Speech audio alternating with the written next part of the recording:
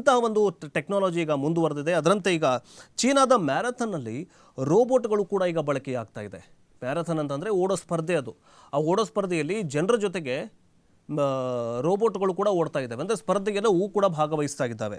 ಚೀನಾದ ರಾಜಧಾನಿ ಬೀಜಿಂಗ್ನಲ್ಲಿ ನಡೆದಂತಹ ಹಾಫ್ ಮ್ಯಾರಥಾನ್ ಅಂದರೆ 21.1 ಕಿಲೋಮೀಟರ್ ಓಟದ ಸ್ಪರ್ಧೆಯಲ್ಲಿ ಮನುಷ್ಯರ ಜೊತೆಗೆ ರೋಬೋಟ್ಗಳು ಕೂಡ ಪಾಲ್ಗೊಂಡಿದ್ವು.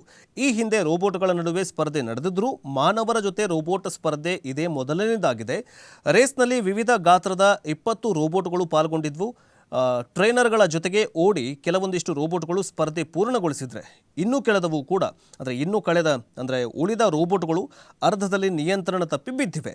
ಓಟದಲ್ಲಿ ಅಗ್ರಸ್ಥಾನ ಪಡೆದ ಪುರುಷ ಸ್ಪರ್ಧಿ 1 ಗಂಟೆ 2 ನಿಮಿಷದಲ್ಲಿ ಗುರಿಯನ್ನು ತಲುಪಿದರೆ ರೋಬೋಟ್ಗಳ ಪೈಕಿ ಮೊದಲ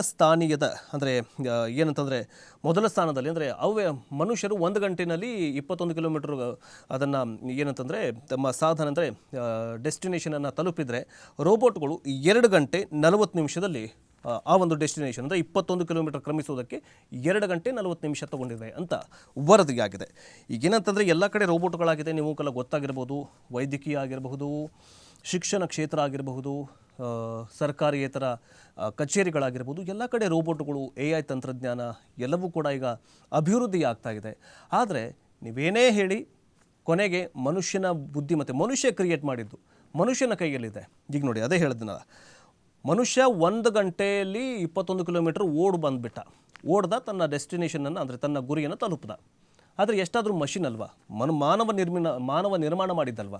ಅದೆಷ್ಟೇ ಸ್ಪೀಡ್ ಇದ್ರೂ ಕೂಡ 21 ಕಿಲೋಮೀಟರ್ ಕ್ರಮಿಸುವಂತಹ ಡಿಸ್ಟೆನ್ಸಲ್ಲಿ ಕೆಲವೊಂದಿಷ್ಟು ರೋಬೋಟ್ಗಳು ಹಾಳಾದುವಂತೆ ಏನೋ ಒಂದು ಆಯ್ತಂತೆ. ಆದರೆ 2 ಗಂಟೆ ತಗೊಂಡಿದ್ದಾವೆ. ಮನುಷ್ಯ ಮಾಡಿದಂತಹ ಕೃತಕ ಬುದ್ಧಿಮತ್ತನೆ ಆರ್ಟಿಫಿಷಿಯಲ್ ಇಂಟೆಲಿಜೆನ್ಸ್ ಯಾವಾಗ ಹೇಗೆ ಕೈ ಕೊಡುತ್ತೆ ಹೇಳೋಕ್ಕಾಗಲ್ಲ. ಆದರೆ ಈಗ ತಂತ್ರಜ್ಞಾನವೇ ಹಂಗೆ ನಡೀತಾ ಇದೆ. ಎಲ್ಲ ಆರ್ಟಿಫಿಷಿಯಲ್ ಇಂಟೆಲಿಜೆನ್ಸು. ಅದೇ ಹೇಳಿದ್ನಲ್ಲ, ದುಬೈನಲ್ಲಿ ಹೊಸ ನಿಯಮ ತರಬೇಕಾದರೂ ಕೂಡ ಏನಂತಂದರೆ AI ತಂತ್ರಜ್ಞಾನ. ಈಗ ಯಾವುದಾದ್ರೂ ಟ್ರಾಫಿಕ್ ಸಿಗ್ನಲ್ಗಳಲ್ಲಿ ಏನಾದರೂ ಹೊಸ ನಿಯಮ ಜಾರಿಗೆ ತರಬೇಕಂತಂದರೆ AI ತಂತ್ರಜ್ಞಾನವೇ ಮಾಡುತ್ತೆ. ಹಳೆ ನಿಯಮಗಳೇನಾದರೂ ವರ್ಕ್ ಆಗ್ತಾ ಇಲ್ಲ, ಜನರಿಗೆ ಅದು ತಲುಪ್ತಾ ಇಲ್ಲ, ಜನರಿಗೆ ಯೂಸ್ ಆಗ್ತಿಲ್ಲ ಅಂತಂದರೆ ಆ ನಿಯಮಗಳನ್ನು AI ತಂತ್ರಜ್ಞಾನ ಅಂದರೆ ಆರ್ಟಿಫಿಷಿಯಲ್ ಇಂಟೆಲಿಜೆನ್ಸ್ ಅವೇನು ಮಾಡುತ್ತಂತಂದರೆ ಡಿಲೀಟ್ ಮಾಡಿಬಿಸಾಕತ್ತೆ. ಇಷ್ಟು ಮಟ್ಟಿಗೆ ಈಗ ವಿಶ್ವ ಮುಂದುವರಿತಾ ಇದೆ. ಇದೇ ಥರನಾಗಿ ಚೀನಾದ